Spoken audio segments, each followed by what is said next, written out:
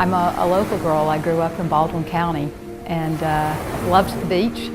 But my parents, my mom and my dad, really had high aspirations and really pushed us to go to college. And that was their expectations. You come home from school, discussion was grades, how is that going to help you get into college? I was Baldwin County Junior Miss and had a scholarship to South Alabama. The deal with my mom and dad was give it a year. If you don't like it, you can go do whatever you want, but you're going to try 1 year.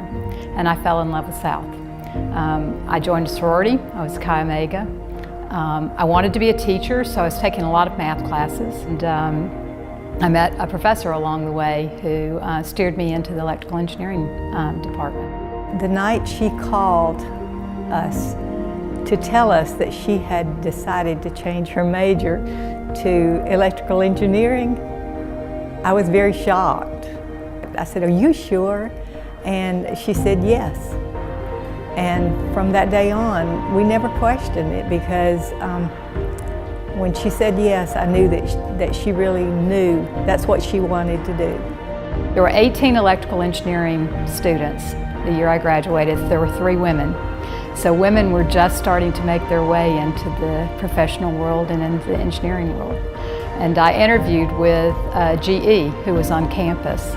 So my very first start into the professional world was with General Electric, building simulators for F-14 and F-16 fighter jets. And I spent the next 20 plus years with GE in various roles, engineering, manufacturing, quality engineering, and about halfway through that operational career at GE, I switched to running businesses and started fixing and building businesses for GE, and spent the rest of my career with that.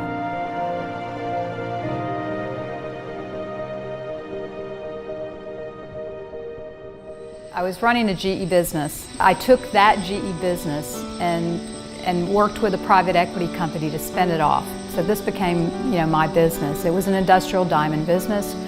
I ran it through the 3 ownership changes of GE, private equity, and into a Swedish company over an 11-year period. You traveled 200 days a year, and you'd be in Japan 1 week, and Germany the next week, and Russia the next week, and dealing with the customers that were buying your products. And I made a lot of good, solid relationships over that 11-year period. We found out my dad had lung cancer, and it was time to come home and take a break and be with him and be with the family. And during that transition, one of my customers reached out to me. And he opened the door for me to join a board. So that would keep you intellectually engaged while you're dealing with the loss of a parent. And after I got on one board, I started getting calls from another company saying, "Hey, will you come be on our board?" So I said, wow, this is kind of cool, because then I can go back to that original dream of living on the beach and being at home, but still stay intellectually engaged, making a difference in the lives of companies and people. And so about 4 years ago, we moved back to the area. So today I sit on the boards of 4 publicly traded companies. 3 are traded on the FTSE in London, and 1 is a New York Stock Exchange. They're all manufacturing-based companies.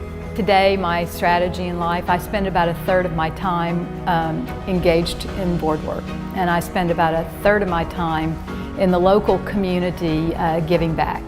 And then I spend about 1/3 of my time tied up with a women's organization called the Committee of 200, that what we really do is we coach and mentor young women who are starting their careers in business. I know about Tanya is that when she's in, she's all in. And it was a blessing to come to know Tanya and David when they moved from Ohio to Foley. It's just a joy because she gives herself completely to anything she's involved in. And that's true for her faith here, practiced at St. Margaret of Scotland Parish in Foley. She's got a great heart for charity and service.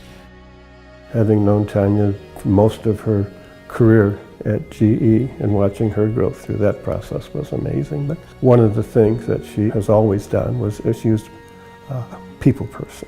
If she was working with somebody, they were important to her. If she had somebody on the outside as a customer, they were important to her. I'm so proud of her. This is a huge moment for her, though. She's very excited about it. I was totally honored when Dr. Stedman called me to tell me that I had been selected to be honored as the Distinguished Alumni. It's something I would have never dreamed of. So for me, it's a big deal. You know, I love the university, and I'm excited about being back involved with it. The engineering school, when I started, was a cinder block building. To see what people have committed to and what the university has become. The engineering school today is, you know, it's a dream. And so I'm very honored to be here tonight. I'm very grateful for it.